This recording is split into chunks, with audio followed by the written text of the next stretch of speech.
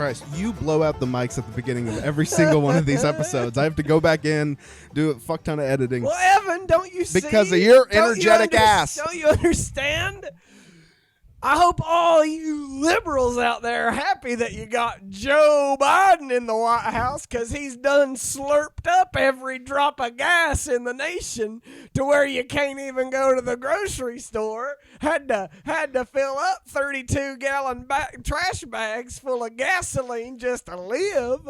This gas crisis is a lot bigger deal in the South than it is anywhere else in the country. I'll tell you that. You see, I think because all the rednecks are like, the government's stealing our gas now. Got to go get it while it's still legal. And they were going out and with fucking blow up pools and shit, putting it in it, just filling up the backs of the trucks. It's fascinating to me, like fucking nowhere else in the world than the American South. Maybe that's not true, but it sure feels like it's true. There is nowhere else in the world that the fear of something catastrophic that isn't going to happen, the response to that fear actually leads to the catastrophic thing happening. Yeah. At the start of COVID with the toilet paper hoarding. Paper, yeah. I mean, I feel like it also happens in the huge cities like New York and LA. Yeah. That's always because people are crazy there too. Listen, I was working at the Breaks Interstate Park when COVID began. And I'm not too proud to admit that I stole toilet paper from my place of work. I think a lot of people did. Yeah. I think most people did. Like at school, I mean, we steal toilet paper from UK already. Just single ply shit. Well, and like with this gas crisis, right? Like, I don't understand how. I mean, I understand how shit gets out of control. It's fucking Fox News because they can pretty much say whatever they want with zero repercussion from anybody. Freedom of the press, baby. I guess. Freedom of the press, I guess. I guess it's freedom of the press. Well, I feel like a lot of what they say is libelous by definition. I don't know that they'll ever be prosecuted for lying on the news, but no, feels like libel to me. Well, if they went after the right, they would have to go after the left too, just on all things. Well, yeah, but do you really think there's libel across the board? Sure, but do you really if you think, break it down? I don't really know what libel is, but lie is in the word. So libel is like putting something out there that is purposefully misleading. Like that's the like with the intent to mislead. What's the other word for that? That's also there's another type of crime, but libel, and the other one is libel and slander, defamation, slander also, like that's slander, but like they're all kind of related. Libel is the most serious offense. So what actually happened with the gas thing? It was like a cyber attack, right? Yeah, there was a concern. How did somebody hack into a gas pipeline? The details of that endeavor are beyond my frame of knowledge. The best I can understand it from what I've read is there was an issue with a major gas pipeline running through the South that would not have caused any major issues if everyone would have just been cool. Did the internet just go down or something and they panicked? I don't know. Shut the whole thing down? That I have no clue about. All I know contextually is something went wrong, but it was all going to be fine if people didn't freak out. And just as people are wont to do, they absolutely freaked the goddamn fuck out. And made everything worse. Yeah. How bad did gas go up? I think there was a 6-cent increase across the board. Ooh. Yeah. I mean, that's a big deal with gas, but here's the thing, like back home. But gas fluctuates. It always evens out. Yeah. In Pike County. Slowly goes up, but it always evens out. Gas stations ran out of gas. Like that was the problem, is that people were buying them out. I heard like people were waiting hours in line to get gas. For no reason. For zero reason. They got to have that gasoline. I mean, you can't go mudding in a Prius. I can't. It's just, I don't know, dude. It's so silly. Like, it's silly. Like, the fear of a shortage caused a shortage. That's what happened. Yeah. But, like, do you remember way back in the day when Twinkies went away for a little bit? Vaguely. Yeah, I remember Twinkies went away, and then it was impossible to get a Twinkie. they were still out there. That's what they do. They released the Popeyes chicken sandwich, and they purposefully like had limited amounts of them so that they would run out constantly, Sure. and it just builds a hype. But It's what shoe companies do. well, yeah, but that's not what this was. That's not. No, This wasn't fucking capitalist shortchanging. This was goddamn. Fucking an oil rodeo, my friend. Well, I looked up what it was just because I didn't know people were talking about it, and it said I just saw the word malware in there, like it was some sort of cyber attack, and it said like a malware virus and shit, which I imagine most of the times you get malware on your computer. Yeah. From porn. Yeah, well, So- somebody was watching somebody was watching porn on the oil computer. Yeah. Someone Like, David, you can't be doing that. over at BP was having their own little gas spill. That's right, having their own oil spill. And look what they did. And here's the ironic thing. The pipeline that had the issue, from what I've read, doesn't even supply Kentucky with gas. Like, Kentucky has zero reason to be afraid. Well, it's just yeah, it was the like whole state imploded over something that impacts us zero. yeah. Well, you I don't know. People see the news and they think gas is running out, and they think it's all going away, and this is how they're implementing electric. They're just cutting off the gas. Let me tell you, in a week they're coming for our guns. I'll tell you. I just think, man, God. It's fun.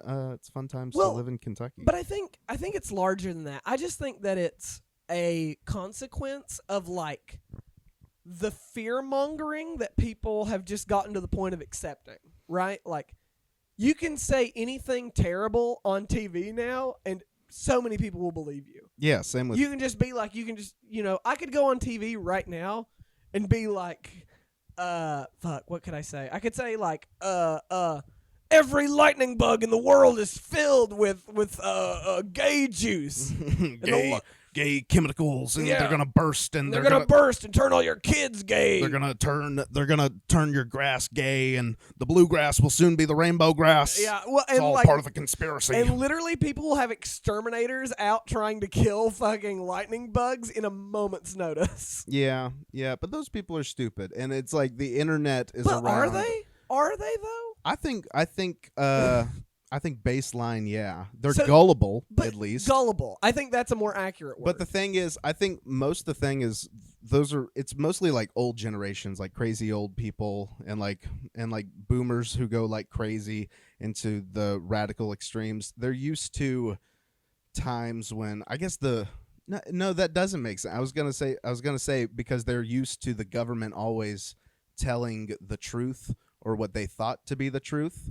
But the fucking baby boomers are the Vietnam generation. yeah. They were the ones that grew up in corrupt Nixon and shit. I literally, Well, and maybe I had my last exam of college today. Wow. And it was over the Vietnam. I wrote a little essay on this. Totally Yeah. forgot about it. He graduates tomorrow, people. I do. He's gonna go out into the big bad world. Oh, by the way, welcome to Kentucky Fried Oh, Roadkill. yeah, of course. another Welcome to Kentucky Fried Roadkill. another episode. I am the graduating gordo, Evan Pride. Yes, and I'm your gas guzzler, Treyton Blackburn.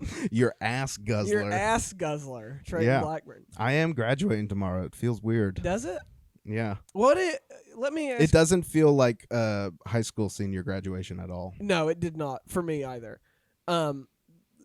Let me ask you this question. So, like, I felt when I was graduating that I was stepping into a more hopeful world, I would wager. Than Yes. You feel like, what do you think about the world you're getting ready to step into as like a person out of school, like an actual adult?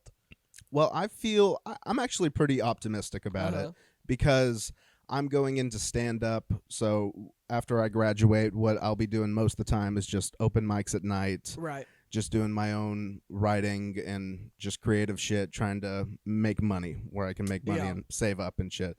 Because it takes a long time to become a good comic. It takes years and years. So really, I'm just planning on my 20s to be just a sponge of information. You just want to soak up shit, get other people's perspectives, see the world. See the world within my budget, I should say. But No, so I feel optimistic about it, especially now because people are starting to get vaccinated more and more. I think Bashir announced something the other day how Kentucky should be. I mean, de Blasio said that New York will be fully open by like August or July or something. Well, and I think the CDC announced today that if you're vaccinated and you're outside or inside, even in large groups, you don't have to wear a mask. You don't have to social distance. Yeah. I think most people have been doing that already, though. Yeah. I think the majority of people. I think we hang out with a lot of very cautious people. Yes. Very I don't know, that more liberal, more cautious of COVID. COVID got politicized, which was so weird. Well, I mean, that was. There's only one guy you can blame for that. Yeah, but I think that is King Cheeto himself. Yeah, but I think but beyond him, everything nowadays gets politicized. It's just part of it, and something that's so big as COVID. I don't know, but I don't know. Like, here's as the extremist in the room. Yes. I don't understand why so many things are as politicized as they are. Like, some things, in my view, just don't have to be political. No, I don't like understand. Like COVID.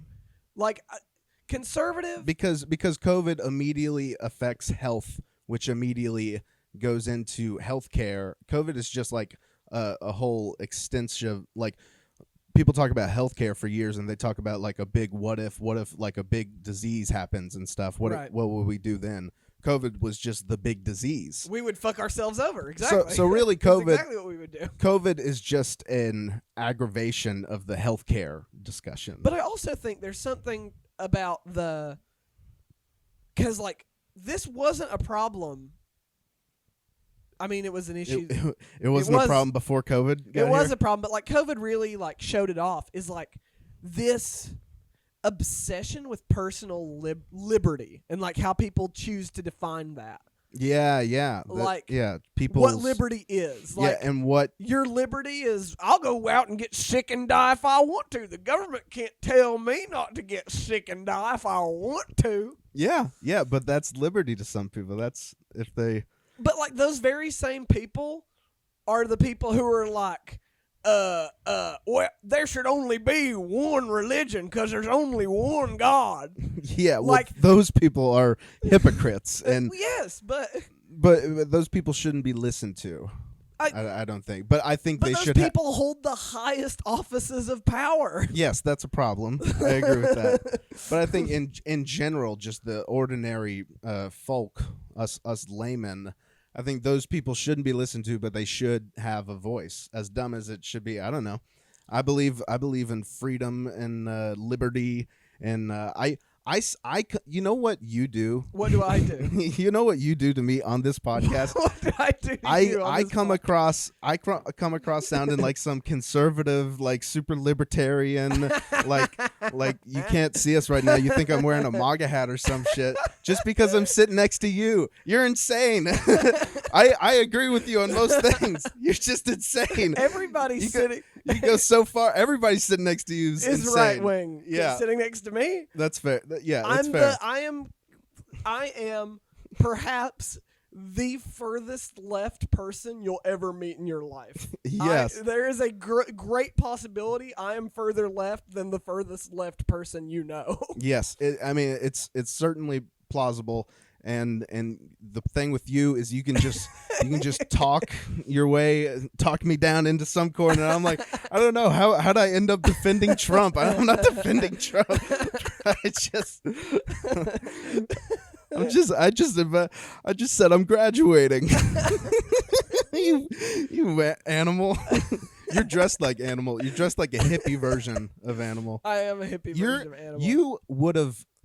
Can you imagine if you had grown up like in the 70s with Jim Henson You and him would have gotten along I think- so well. I think Jim Henson and I would have been total bros. I think I would have been down there with like Frank Oz and all of them back in the day. Do you think he would have had? He had a lot of. He was not good at relationships. Yeah. Do you think he would have had like you guys would have had like a little gay fling together? God, I hope. One can only dream. He's like, hey, you want to crawl inside a snuffleupagus together? Yes. You want me to teach you how to operate Big Bird? Of course I do. Yes. You talked about Big Bird. I remember when we were doing Little Shop, Yeah. just puppetry. And I didn't know how complicated. Can you explain how the person operates Big Bird? Yeah. So Big Bird is he's a fascinating puppet. So the lower half is essentially pants. Like the lower half of Big Bird is pants. That's the easy part. Yeah, it's just like a big mascot. Yeah, and I'll work my way up from there. So like He's got like suspenders on too. he's got suspenders. That's right. It's funny. In the top half of Big Bird, you put one arm into one of Big Bird's wings, and the wings are controlled on a pulley system. So you're only using one arm to control Big Bird's arms, but the way that works is there's a counterbalance in the other arm to get your gestures. So you're only using one arm to make gestures for Big Bird, and the other arm is sort of ambulating because of the pulley system. The reason that you can only use one arm to pilot Big Bird's arm is you have to reach your hand up above your head to work Big Bird's mouth and eyelids at the same time. Yeah. So there's a trigger. There's like a very standard hand puppet for Big Bird's beak, and there's a little fucking trigger right above where his flip you off there. Yeah. There's a trigger above. Fuck you too. Yeah, there's a trigger above his beak where you can pull it to ambulate his eyelids. It's a fascinating puppet, and Carol Spinney, the guy who was Big Bird for years and years and years and years, like. Apparently, he was a monolith to puppeteers. He like developed like tendonitis in his arm for trying to work Big Bird. And he just kept it up there. Yeah. Right? Didn't you told me one time he just fucking passed out? Just the nerves gave out. Yeah, the nerves gave out in his arm, and Big Bird's fucking head went down. Can you imagine being a little kid guest starring on Sesame Street that week? Big Bird's just fucking knocks it. His eyes just start fluttering back, and you're like, Big Bird, are you okay? Oof. I'm not feeling so well. That was a pretty good Big Bird. Was it? I didn't really watch Sesame Street. I was a big Sesame Street I was a kid. big Muppet kid. I was also a big Muppet I kid. can do I always go to this as my Kermit, and it's not good enough. Kermit's more in here. No, I can't do it. It's Kermit, pretty for good shit. though. It's not bad. It's not. Can I do Waka waka. Fozzie I can Bear. do a pretty decent Fozzie. I don't know. I'm not a good impressions guy. I don't think. I'm also not a great voice guy. No. Voice is not one of the things I am known for. I mean, like I can get mannerisms down, Yeah. and I can like kind of. It's just the actual tone Yeah. of the voice. Like people who are like can do voices comedically. You look up to him so much. I mean, Well, but- not if you're not a voices guy, but Sure. just like you appreciate that talent. But Fucking here's like Michael Winslow. look at fucking Frank Oz, right? Like Yeah. Frank Oz obviously is a voice guy. But if you listen into any of the puppets that Frank Oz does, It's all pretty much the same. yeah, if you can listen close enough, you hear Frank Oz. Yeah. Like you're like, that's Frank Oz. That's who that is. You can't hide from me, Frank Oz. Yeah. Well, some people do a lot of voices, but can you imagine having a voice like Patrick Warburton, where you literally just do the same voice? Yeah, just do your own voice, Peter. You just Hey, Peter. hey, Peter, we should do a Hey, Peter. podcast. Hey, Peter. Oh, Joe. That's pretty good. Oh, Joe, you gotta shut the fuck up. You I may don't not know. be great with impressions, but you're haven't- quite good with voices. Okay. I I haven't worked on them at all. I feel like if you sit down and you really work at them and you stare at yourself in the mirror like Robin Yeah. Williams and you're like twitching your face and shit, then you really get it down. I feel like a lot of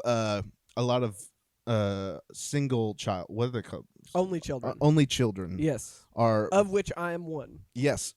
Normally the voice people are very they're normally only childs. Is what I'm saying. Yeah. Robin Williams was an only child. Really? I didn't know that. I looked up to Robin Williams a lot. Everybody looked up. to Robin Growing up, it Williams. killed me when he died. Me as well. My mom told me I was in the middle of studying for a biology exam. Yeah. I did not do well on it. No, I was heartbroken. I was truly devastated. I did. I like cried for a week straight Yeah. up. I just looked up to him so much. He's just I always considered him to be one of the funniest people on the planet. Like Yes. the way how fast his brain moved, he could just burst out into anything. Now I learned later in life, present moment, Mm-hmm. I respect him very, very much as an actor and as an improviser and just as a person. He was a great Yeah. person. But apparently as a stand-up, he was quite the thief. Quite Really? notorious. Well, one thing is he was on cocaine for most of like Sure. the 70s and 80s. Everybody and shit. was. It was the 70s and 80s. Crazy guy. He's also an improviser, which means he's standing around and he's not preparing anything and Sure. he's just going off the top of his head. He's probably saying jokes. I don't know if he on purpose stole. I mean, he could have. Sure. He could have. Which sucks as from a stand-up point of view. Sure. So, funny fucking guy, especially just improvising. Yeah. He's just king of voices as well. Yes, very much. There's a comedian I know named, I don't know him, but there's a comedian named Dan Soder who's very, very funny. Yep. And he does a lot of voices, but he really has this kind of deep voice. Yeah. And he was just an only child growing up, so he always just was doing voices. And I guess I can do voices, but I just Randomly snap to whatever voice comes out of my mouth. See?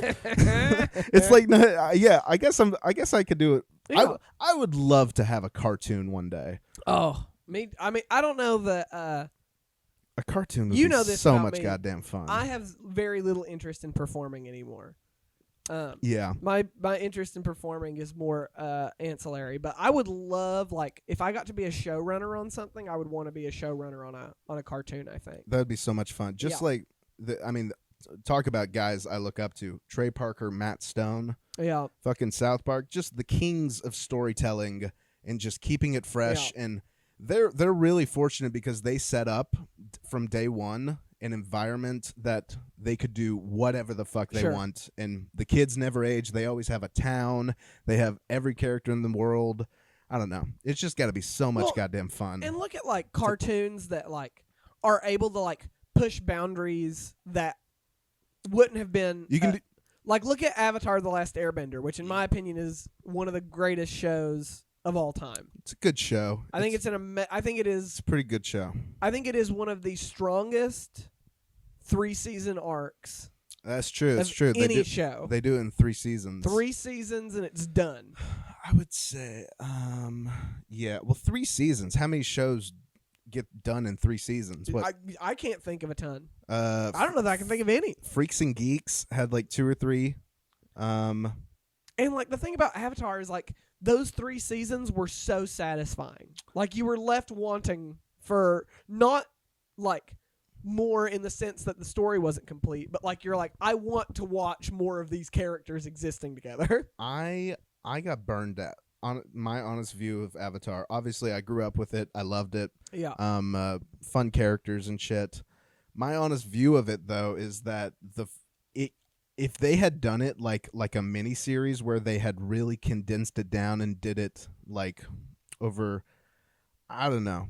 It just after a while it just seems to drag on and every episode feels Really? the same. And Interesting. especially into season 3, you're just like, get to it already. Just get to the fucking fight. I don't know. I would love to see that show as 1 season. Really? And how many episodes do they do in a season? They do like 20 or so. 20 probably? 20. I Do think. do one 30 episode season of Avatar. Condense it down.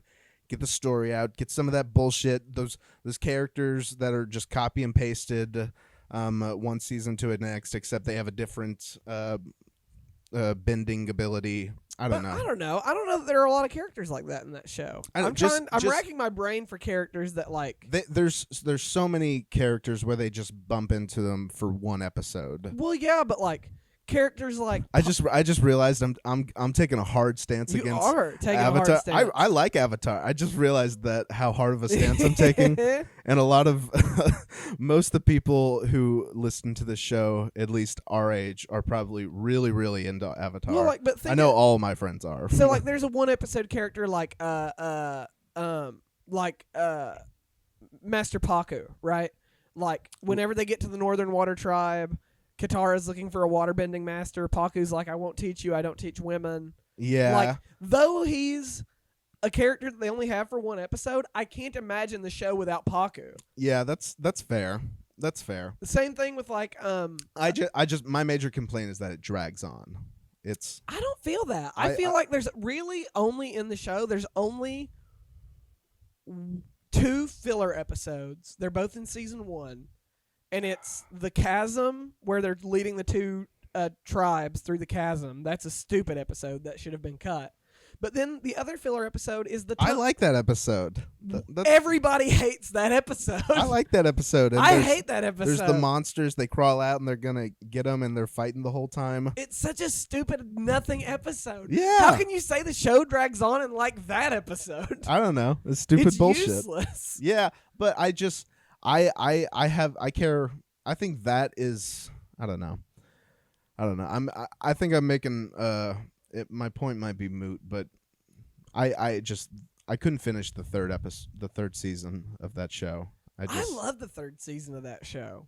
The second season's the best season. Second season's the best season. Yeah. But I love the 3rd season way better than the 1st season. The 1st season's my slog. Like, honestly, sometimes when I'm rewatching it, I just skip to the beginning of season 2.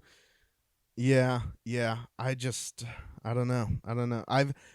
Honestly, you know what it probably is? What's that? I've just so burned out on it recently. I get that.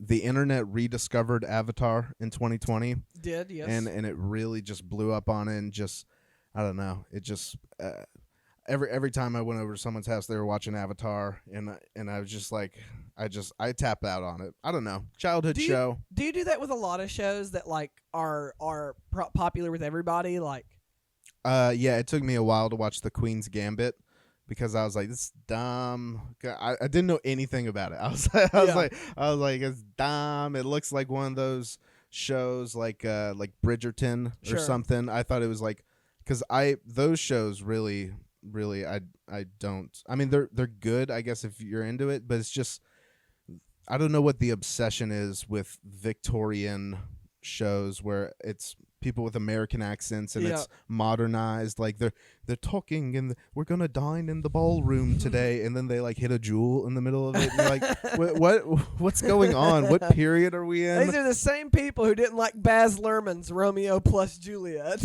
I don't know. I did watch Queen's Gambit and I loved it. Everybody loves Queen's Gambit. It's very good. Yeah, I don't know. I think I have that part of my personality where if everybody's really into something, I'm just an asshole. Can I say something with like profound love? Yeah. What? I think a lot of the times, and I don't mean this negatively, so please don't take it that way. Audience, don't take it that way either. I'm not insulting him. I think you've got a contrarian streak. Oh, I think you like to be contrarian. Yeah, for sure. Yeah. Which is why no matter how much you agree with me on something, you've got to present against me to be contrarian. That's true. That is true. And that's not a bad thing. That means you've got a good, healthy skepticism. I'm just a skeptic at heart, I think. I love to play devil's advocate, and people think you're an asshole when you're like, I don't know, you ever think about it the other way? And they're like, motherfucker, just agree with me. And I'm like, I don't know. I do agree with a lot of things being said. Well, but, and I've got a lot, if someone were to come down here and sit down and tell me everything they believed in, and it was dead for dead exactly what I believed in, I would bring up some shit just cause. Yeah. Well, and like I've dealt, having the beliefs that I have, I've dealt with a lot of, well, if you look at it the other way, and a lot of the times, and I don't, say this with to be braggadocious, I say it earnestly. A lot of times when people are like, well, have you thought about it from the other perspective? And I'm like, yep, and the other perspective sucks. The other perspective blows. Yeah, I'm just I don't know. I'm an agreeable person, I think. If someone tells me what they believe in, I don't think that I'm going to sway them either way. I don't know. You see, and that's something that I find interesting because I would agree. I would even go so far as to say you are a much more agreeable person than I am. Yes. But yes. you're far more skeptical than I am. For sure, yeah. Which I think is interesting. You are far more agreeable and also far more skeptical than I. I'm agreeable because I'm a bitch. I don't. I'm afraid of confrontation, so I'm like, cool, man, cool. Unless you're saying some wild shit, for the most part, I'll be like, cool. Can't wait till you start talking about something else or something. But I don't know. Well, and as a person, not a fun person to have a conversation with. Me? I'm not. I'm not. Oh, I think you are. I No, think you're a good conversationalist. I talk to you at least once a week. Yeah, we do. I talk to you more than a lot of other people. Sure. Yeah. But I don't know how many people would characterize me as a disagreeable person. I think most people that we know, our mutual friends, would characterize you as very supportive and very I don't know. I don't think many people did you used to get in arguments with people? Arguments in the theater building are always just like I still get into arguments with people. Yeah, I know you do. we get into an argument every show. But no, like most of your arguments were over like they should have never made this movie. This place sucks. This game sucks. This game's really good. Yeah. People sleep on it. Oh, which that brings up something. A segment. I don't know, even though it's a segment, but we talked about it last week, and we're gonna talk about it again. Video games that would be pretty good as movies, maybe. I don't know. Action. Okay, so we talked about this last week. We did. A lot of movies. Yeah, just video games. Yeah, just to recap the conversation. Just fucking. Most video game movies suck. They do. We discussed Mortal Kombat. We did. Which we enjoyed. But acknowledge wasn't a traditionally great movie. Yeah. It was the Nickelback song that you love of movies. That's what Mortal Kombat was. But with a good video game movie, like that was an example of a good video game movie, I think, because if you played the games, it gave you something different. Yes. And something where you're like, oh, that's similar, but like when this character popped up and said, oh, my name's Kano or whatever, you went, it's Kano. I played him in the game.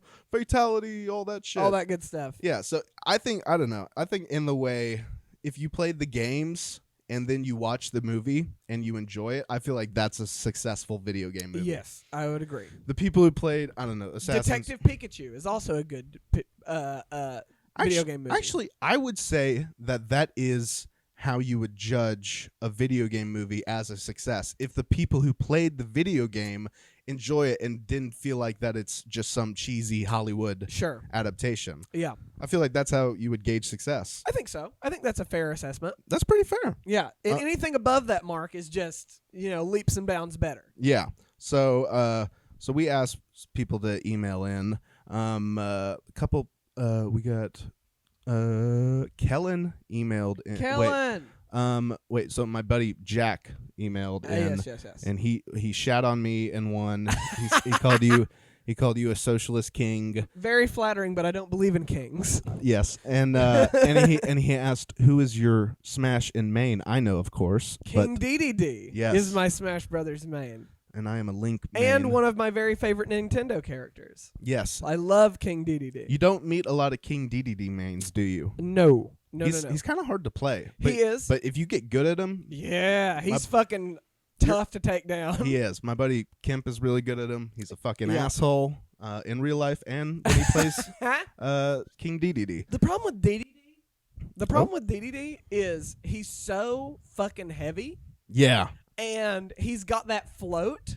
Yes. You yes. just can't knock him off the goddamn stage. You Yeah. just can't knock him off. Because normally the heavy characters aren't very mobile. Right, and DDD very much is. Yeah. He's quite mobile. He's pretty agile. And he's got some big hits that he can hit you with. Yeah. The fucking spike ball that he drops. Yeah, the Gordos. Fuck yeah. Fuck that, bro. Fuck that. Fuck you. He'll fuck. suck you in, spit you off the side. Yeah, fuck anybody who plays King DDD. I love you, King DDD mains. Shout out, Link Squad. All right, so Kellen emailed in. Yeah. He said, "Hey gang, long-time listener, first-time caller.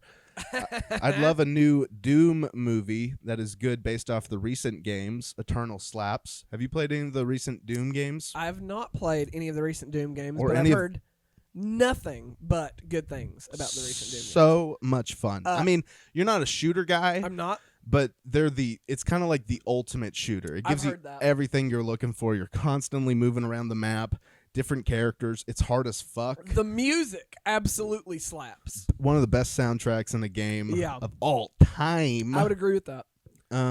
He says Control is a game I adore and is very weird, almost Lynchian. So I think it's a straight adaptation. I think a straight adaptation of that would be sick. I pulled up Control. It looks Control, pretty let me cool. see it. It actually looks like a cool game that I missed out on. It's like a RPG. You're like walking Oh around shit! the map. I think I've heard of this game. You can like control shit with your hand. I think this chick's is- got a little gun. Is Control the game that takes place in a single building? It may be. Action adventure, Remedy Games. The laws violates the laws of reality. A secret U.S. government agency tasked with containing this phenomenon. I don't know if it takes place in one building. I think one of my favorite YouTubers, Curio. Go listen to Curio if you're not subscribed to that YouTube channel. I think yeah. I think Curio did a video about this game. Yeah. I think it's talking about a building on its Wikipedia. Yeah, apparently it's amazing. Yeah, I should check it out. He also recommended Bug Snacks into a movie. I've never heard of Bug Snacks. You've never heard of Bug Snacks? I It's like don't this. think- It's like one of these Minecraft What kids the like fuck games. is this? You like walk around and you like there's a spider who's like French I don't. fries. This art style is a goddamn nightmare. There's a strawberry. Bee. Ugh. Oh no, Evan! I don't like the art style that new games are taking. Look at that. It's That's really hard to look at. it looks like Coco Melon. It looks like if Ugh. the people who did Coco Melon tried to Yeah. make Banjo-Kazooie. Oh my god, that's a very apt description. Yeah, I'm good at those. He said so. BioShock. Which is already essentially a movie that you play through. Yeah. Which I would love a BioShock movie if they did it right. Yeah. They'd yeah, have of to do course. it really as a horror movie. Yep, definitely. I agree. You would need somebody like James Wan or, somebody like that to direct it. Yeah. Ooh, you know who would destroy a BioShock movie? Who? Guillermo del Yes! Toro. Oh my should god. direct a BioShock movie. Oh my god, that would be so good. Wouldn't that be rad as hell? Yeah, because you need it. You need a director that's gonna take the concept and then do their own thing with it. Yeah. Because you don't want a direct plug-in of the video game movie. No. Of the video game. Yeah.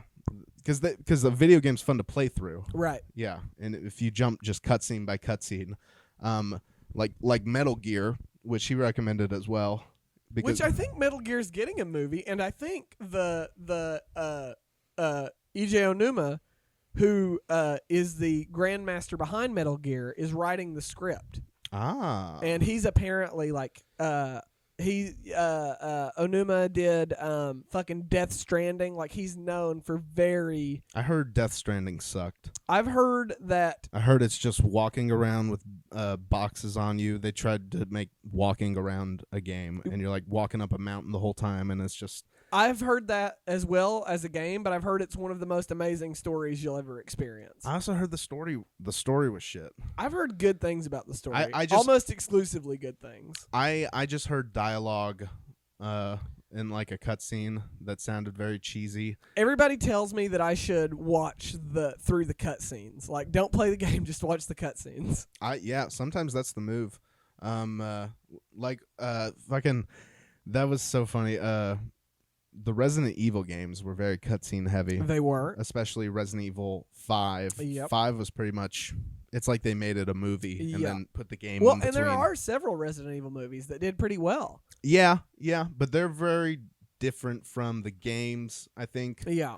They're much more like action horror movies. Sure. I didn't really watch any of them. I think I I've seen watched a couple. one. There was a scene where it was like this chick was getting attacked by like crows on a bus. Cool. Yeah, cool. Cool. It was a pretty violent scene. Love pretty, it. Pretty cool when I was 10.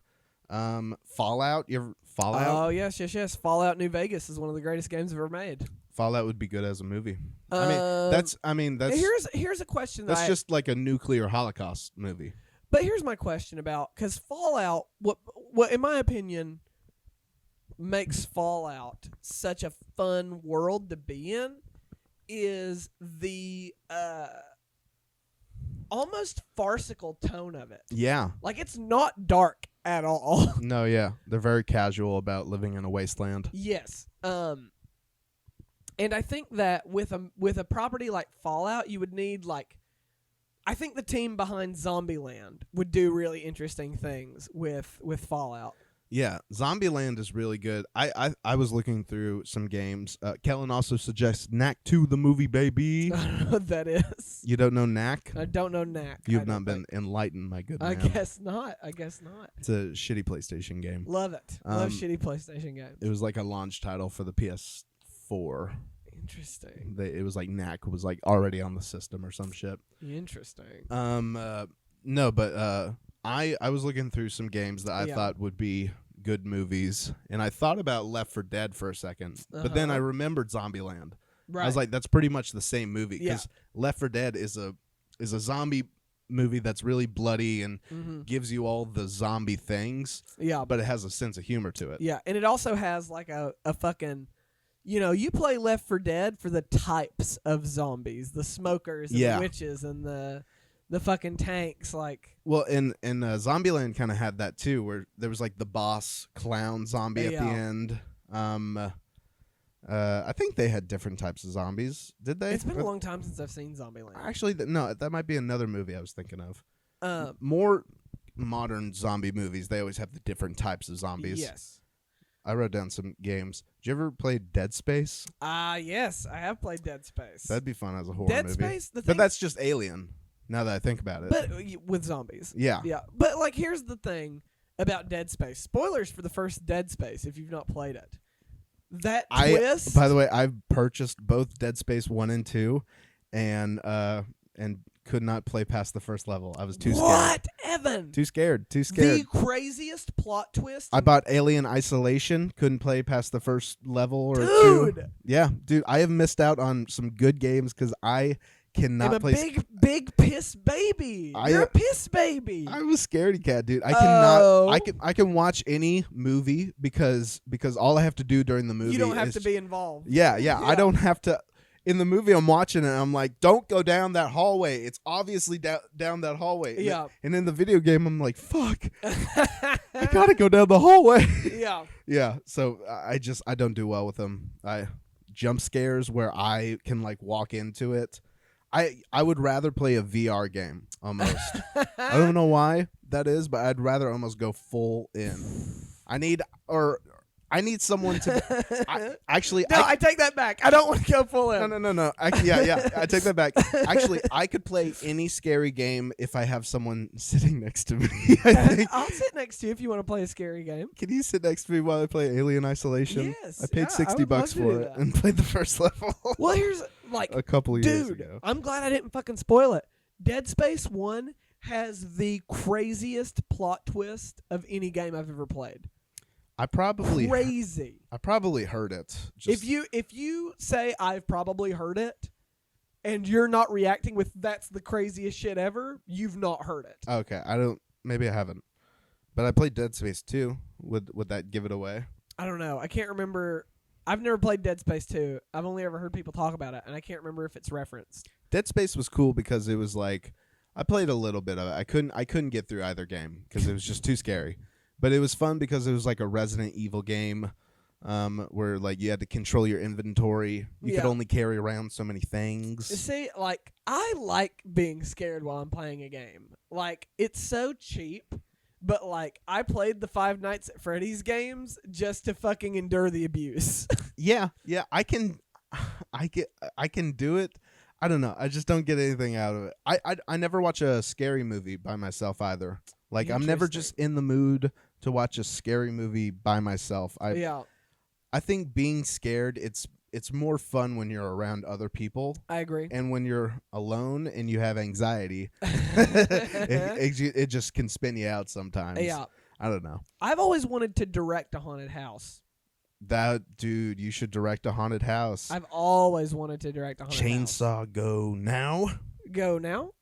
Well, and like, as I understand it, it's very similar to a theater process. Yeah. There's actors. They're just actors that's jumping out and they're just painted up. Well, and what I would want to do, and they're relentless too. They are. That is true. One thing that I would like to do with the haunted house, and they're assholes too. Let's get one thing straight. Anybody who works at a haunted house is an asshole because because they're just going. I know the whole point of the thing is they scare you and shit, but they just fucking, I don't know. Once like a lady is scared and she's like already running away down the hallway, do you gotta chase her too? At that point, she's already gotten the jump scare. Like, oh, someone was there. I wasn't expecting him. Do you then have to be an asshole? And like one time I was leaving a haunted house and a chainsaw dude like came out of nowhere. Like you were walking out of the haunted house and you think it's over, and then he just fucking Jason around the corner, and it just he spooked me, but then he chased me like into the parking lot, and I was looking around like this is part of it, right? Please tell me you guys know this guy. I was horrified, man. Fucking assholes that work there. What I've always wanted to do at the haunted house. But good on you. I'd love to work at one. Because I'm an asshole. For sure. That'd be so much fun to chase people out. I've always wanted to play with the form of the haunted house. Yeah. And like tell a story. Not only tell a story. You don't get because you don't get a story when you go. No. Sometimes they try to tell one and it's so fucking cheesy. Yeah. Well, shit. But I also want to, and I would have to have people sign waivers. That's the worst one. I will never go into a haunted house. I wouldn't torture people. Where you have to sign a fucking waiver. But what I would want to do is push, like, you know that feeling like when something happens and you think the haunted house is over? Yeah. I would want that feeling to happen 3 or 4 times in my haunted house. And like, people would never trust you every room that they walk into. Yeah. But that's the best when you're walking down a hallway, dude.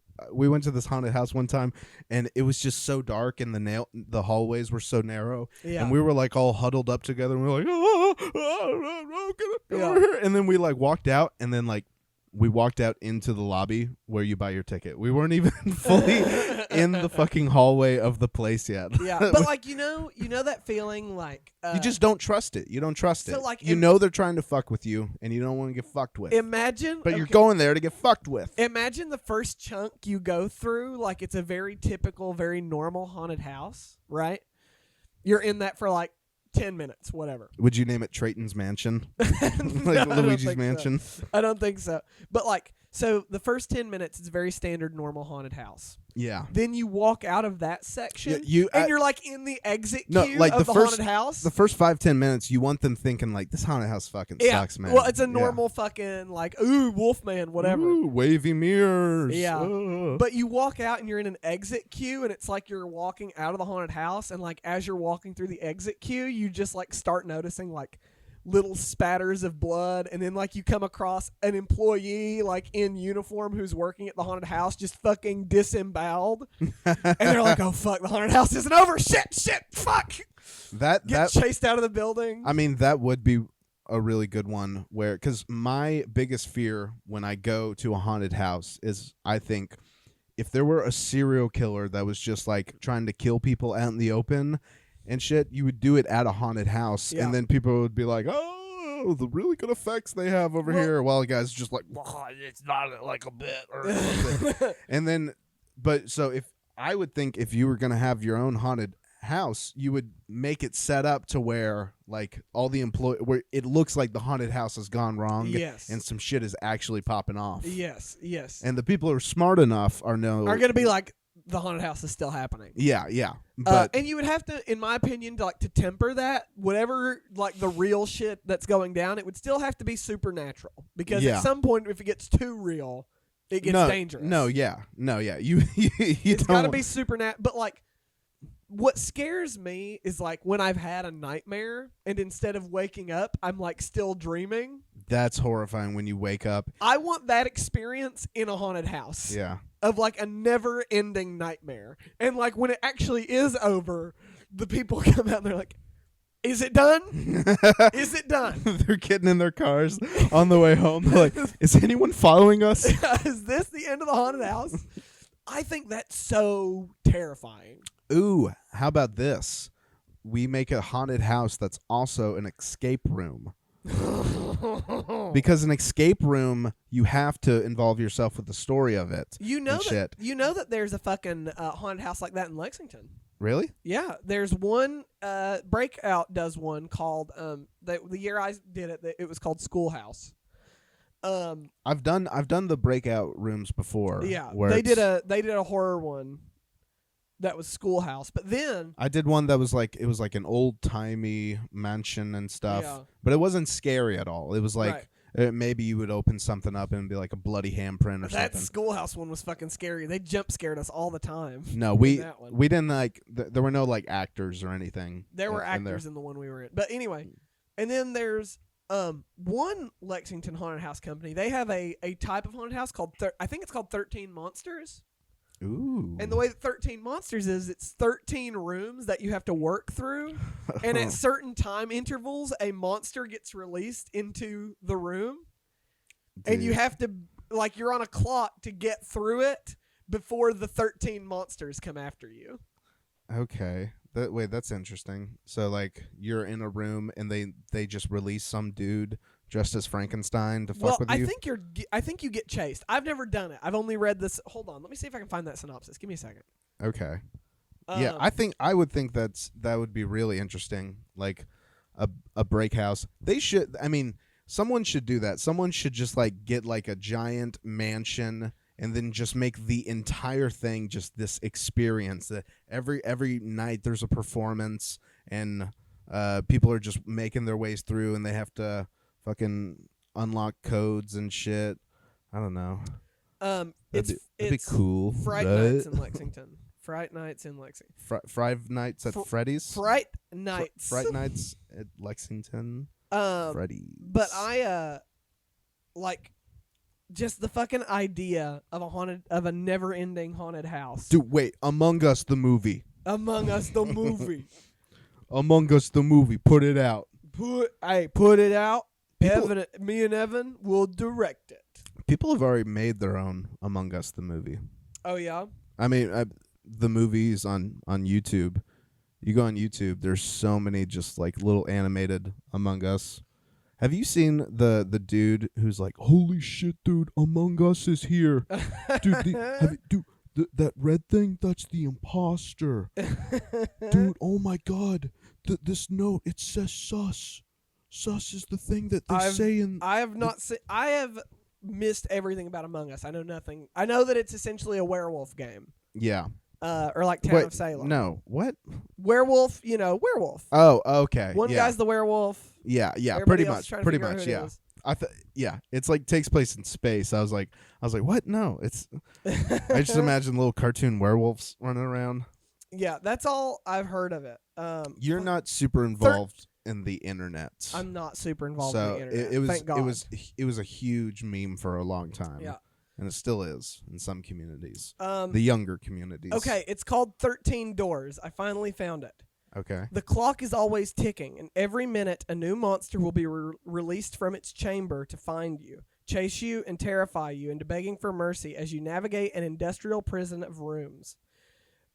Shipping. I imagine you keep going back and forth, like you backtrace through rooms that you've Yeah. already been through and shit. Shipping. Maybe that's what I'm describing. Like, what would Yeah. be cool? It's this thing. Shipping containers, mazes, and more. You have 13 doors to open, and if you hesitate for even one moment, you have lost time forever, and one of our creatures will be that much closer to finding you.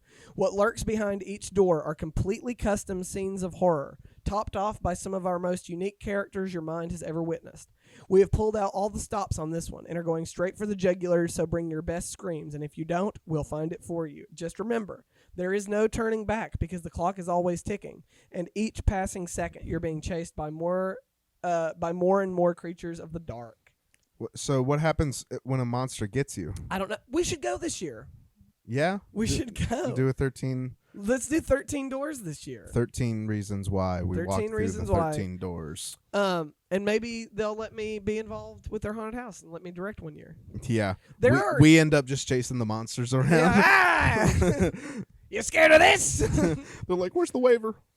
Have you ever, in California too, there are a lot of immersive theater groups that do horror exclusively. Like, there was a production called Trinity here in Lexington that was about the life of J. Robert Oppenheimer that was an immersive play. Immersive play, yeah. Yeah.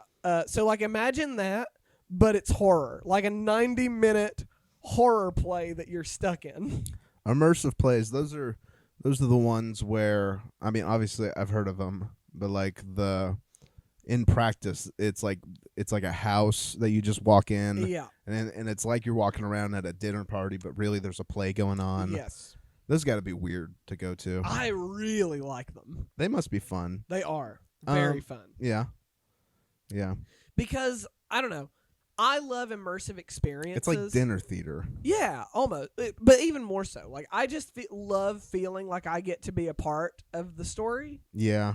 Like, immersive theater is the closest I've ever experienced to, like, being in a video game in real life. Yeah. Like, you're surrounded by NPCs, and there's, like, a storyline going on that you get to participate in.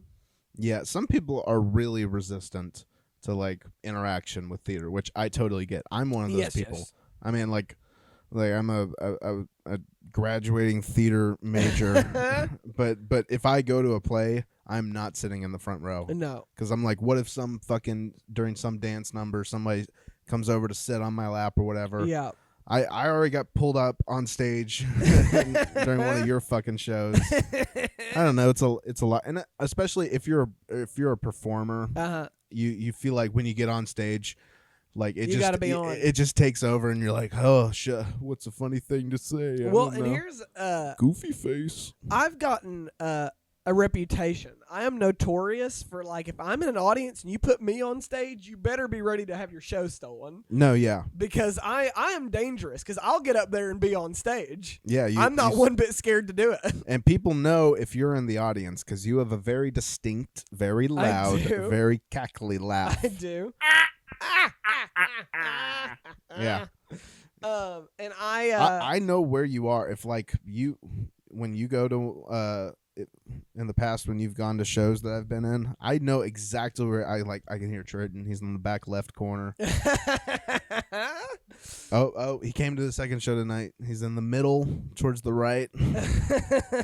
Center right. And, like, I've had a couple of shows where people have brought me up on stage. Oh, there's Treyton. He's over there on the far left. Yeah, very far left. Yeah. Like, as far left as you can be. Yeah, like he's nearly at the exit door.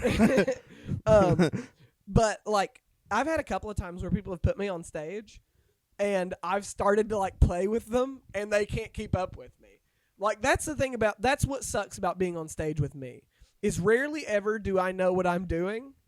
But I am so good at making you look like you're the person who fucked up. You're the asshole. You're the asshole. I come on stage and I embarrass you. And I embarrass you. I just throw you off your trail. Well, it's just because, like, down a path I know you haven't prepared for. Yeah, I'm a very energetic person. Yeah. And you've probably, as much as we've talked on this show, and even prior to that, you've probably guessed that normally I'm thinking a few conversation points down the road anyway. I know. Yeah. I'm always thinking 2 or 3 points down the road. Yeah. I So- can't wait. What are we going to talk about next, Drayton? What's next on the docket? I'll never tell. But like, so whenever I'm a magnificent improviser. Yes. I am very quick on my feet. Mm-hmm. And no matter how wrong I am, I know that 98% of the time I can improvise better than the person standing across from me. That's fun. Did you ever do improv? Yes, I did. I had one improv class in college, and they begged me to be part of the improv troupe, and I said no. I auditioned to be in the improv troupe here, got in it, and then decided not to do it. Yeah. It would have destroyed me that semester because you can't just be on the improv team here. Right. You have to take like a whole ass class and shit. And I'm like, I was already at like 21 hours. Yeah. And I was like, this will kill me. And that semester nearly fucking murdered me. So I'm glad that was like 2018. Well, and I don't love like skit or sketch work. And that's No. mostly what improv is. It's just not for me as a performer. That's not what I like. I I like having a character that I can spend some time with. Yeah. Well, I like sketch work. That's pretty much what sketch is.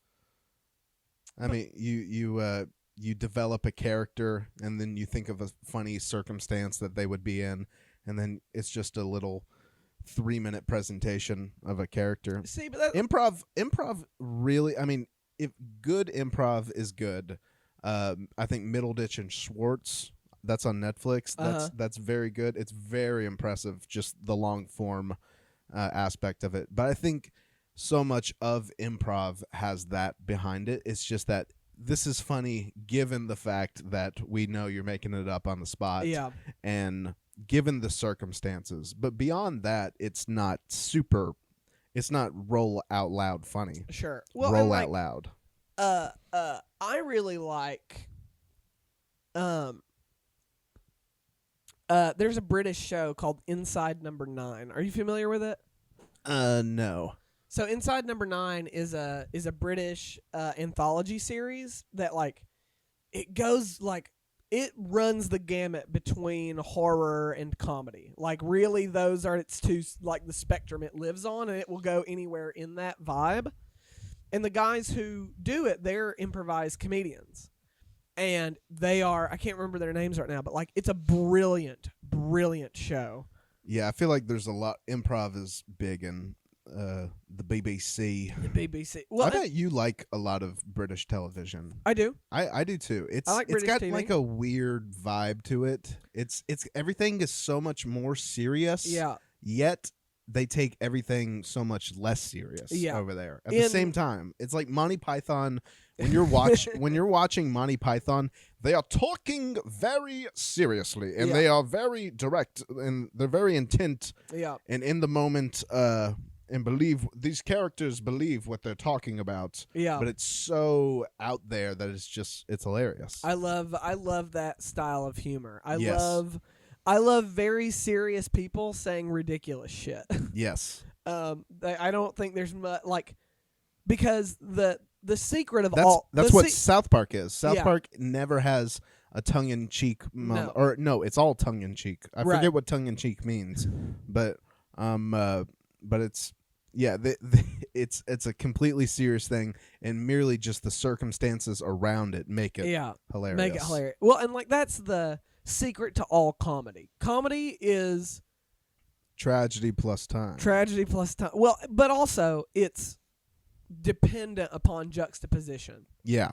You take something that is It's a flip of the expectations. yes. It's what a setup, a punchline is inherently you flipping the expectations around on the person. Actually, I think that's a more apt description.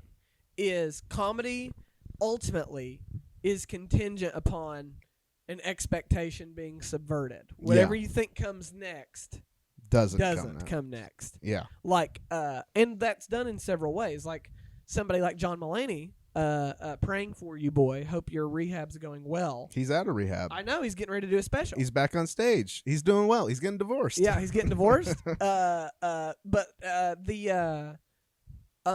What he likes to do is take things, in my opinion, he takes things that are ridiculous from the real world and attempts to rationalize them. And that's Yes. where a lot of it, like one of my favorite John Mulaney bits is, I am homeless, I am gay, I'm new in town. Yeah. Which is a very ridiculous thing for any human being to say.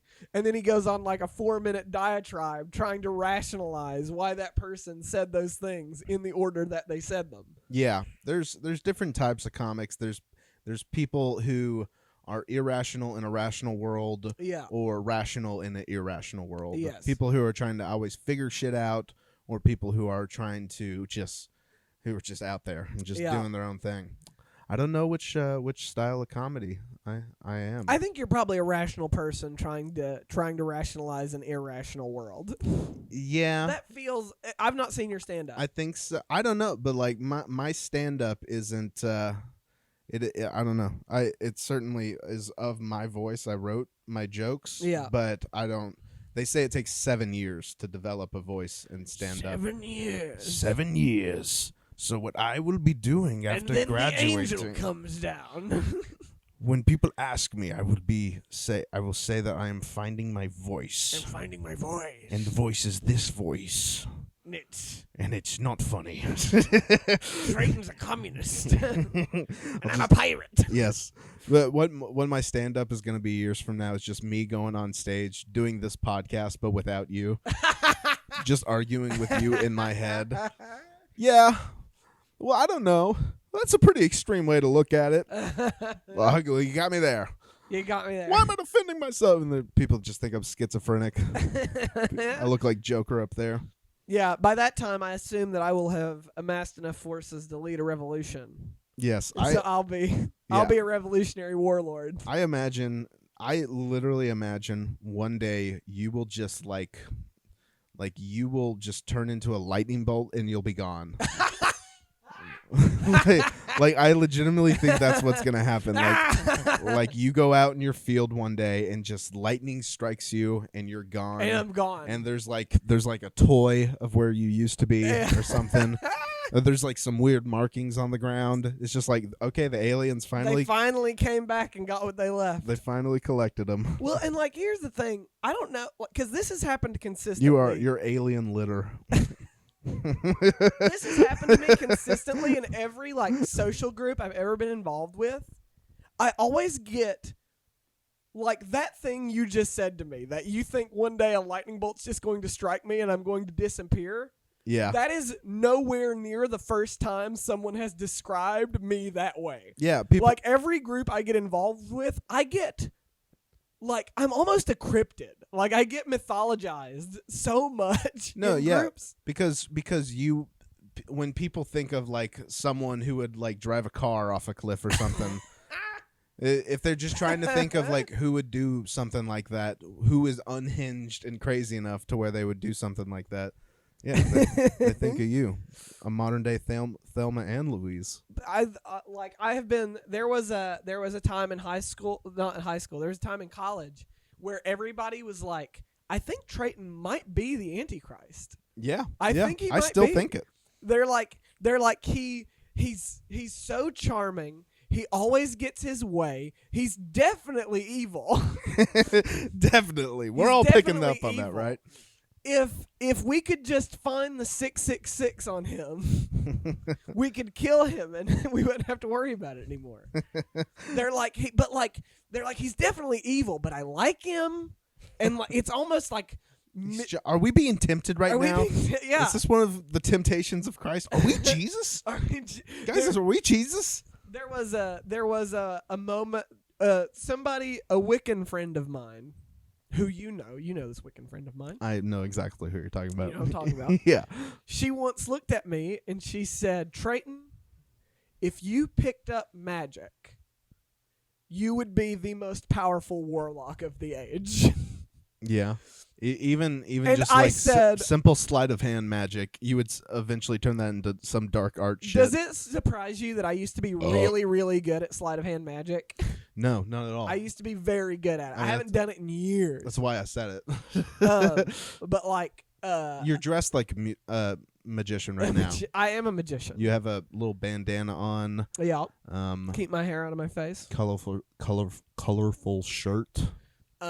I used to want to be a magician, I could a see it. professional stage magician. I could totally see it. I decided against it because for anybody who's ever done magic, it's a lot of goddamn work Yeah. to be a magician. Yeah. Well, if you want to go into any performance career, it's a lot of goddamn work Well, if you want to do it successfully. And I'll clarify, not to discount what I do as an artist. Being a stage magician is a lot of technical work. No, yeah. It's a lot of very technical work. Well, it's very precise Yes. skill building. Yes. Yes. Yeah. Sleight of hand. I used to do sleight of hand and You- card magic. You have to always be thinking up of new tricks. Mhm. There's this great documentary. There's a documentary about this guy called The Amazing Jonathan, Yeah. who was a stand-up magician, really a magician, but he was funny. Yeah. Great documentary. You should check it out. But he would do shit where like he would like cut his hand off in the middle of the show, and Yeah. he was just always thinking up of new magic bits. Like, hey, give me this, and like this fork is normally like right suddenly through his eye. Yeah. I can't talk right now. Well, and fucking it's a good time to do a podcast. Then. Yeah, I know. We should probably wrap up soon. Penn and Teller used to be my Yeah, heroes. yeah. I think Penn and Teller are geniuses. I love Penn and Teller. Yeah. They're magnificent. Well, this has been a wild ride on Kentucky Fried Roadkill. You know, we've been all over the place. It's been a long journey. Yeah. I'm graduating college Hey, tomorrow. Honestly, earnestly, congratulations, buddy. Thank you. Congratulations. Thank you to everybody who got me through it. Send Evan a happy graduation. Mm-hmm. It feels weird. Send him a naked selfie of yourself. I'll be out there in the world doing my thing. Yeah. And we will continue to do this Hey, podcast. we're not going to leave you alone. No. No. This isn't some college fling. No. We're in this for the long haul, baby. Yeah, this is love, baby. This is love, baby. We in it. Thank you so much for Yeah, very listening much to so. another And installment. thanks for emailing us. Email us all the time. Yeah, And we will talk about your emails so long as there aren't too many. yeah. Shout out. Well, we don't get a lot, so please email. Yeah, please email. Shout out Jack But if it and gets Kellen. to be too much, understand. Yeah, understand. But understand that we would like something to talk about on this Yeah. show. So and communicate with our very The few viewing fans. our loyal, loving audience. The brave, the few, the KFR listeners. The KFR listeners. Hey, Yeah. So this has been another episode of this show. it has. Thank you for listening. Should we? How should we bring it out? Whose episode? Whose turn is it? I think it's my turn. Okay. Hold on. Well, I will count you out. Okay. 3, 2, 1. Evan, we're gonna jump the canyon. Ah!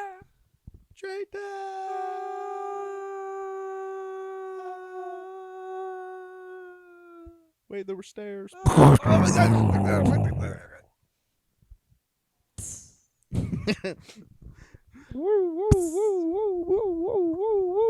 Oh God, it's a murder show. Oh my God. Look at the blood and the gore. Ah, the little guy stabbed the big guy.